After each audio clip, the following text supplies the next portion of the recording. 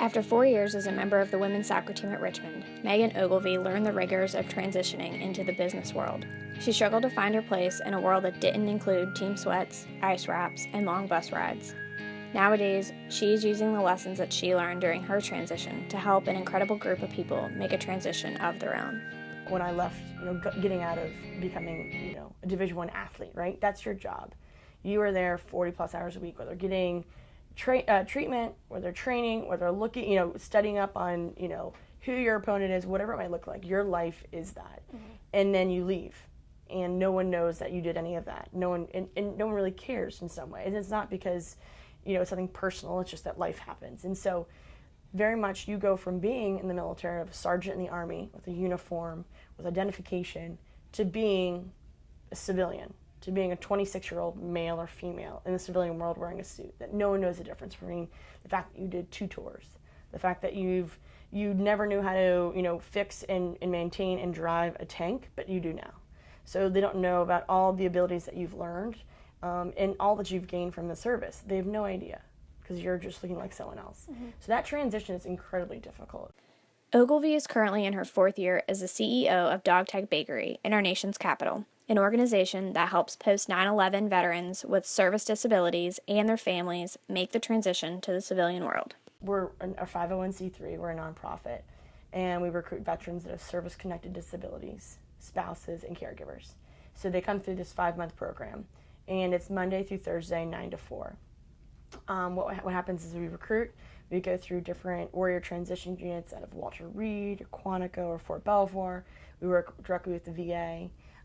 We get those who are really interested, from the general public that find out what we do. So we recruit, we go through the admissions process, and then once they're accepted into our program, we actually enroll them at Georgetown.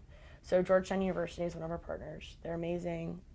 President Joy has been incredibly supportive of what we do. And we go through school continuing studies. So they become a Hoya, which is a big deal, It's like becoming a Spider. I mean, it's exactly, Richmond has an amazing legacy, but it has an amazing tradition. It has all of that, which someone would want to be part of. And so once they come into our program, they go through 5 months, which entails 7 different courses that are all taught in our classroom. They're all taught by Georgetown professors. So we pay for each professor and their curriculum to come in. And they go from principles of management, principles of marketing, accounting, finance, policy, entrepreneurship, and communications. We started our first class in June of 2014, and just at our 2-year mark, and we've graduated 26 out of 31.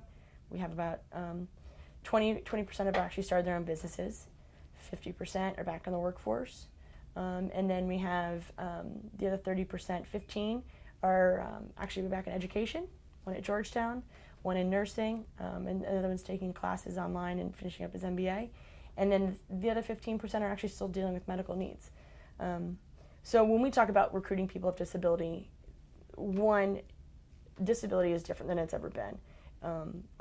This war's gone on longer than everyone planned, but our medical abilities are better, our tanks are stronger, our armor is better, our reaction time of being injured or wounded while in combat to when you actually get the medical attention is faster than it's ever been.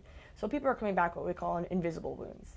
Mm-hmm. And you might not see it, but there's wounds, right? And so what does that mean? So it's, it's anxiety, it's sleep deprivation, it's, a lot of the PTS symptoms, the traumatic brain injuries, those that have come back and got their bell rung too many times, IED hitting a tank, slamming your head against the wall, falling down, coming to, and then keep operating. And so there's a lot of these. We want this to be a launching pad. Our goal is not to create bakers and baristas. What our mission statement is empowering veterans with service-connected disabilities, spouses, and caregivers through a fellowship program that fosters the entrepreneurial mindset in a small business environment.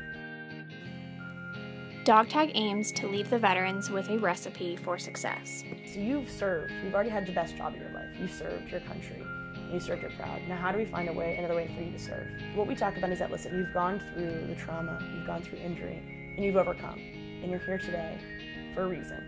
So let's figure out what that reason is.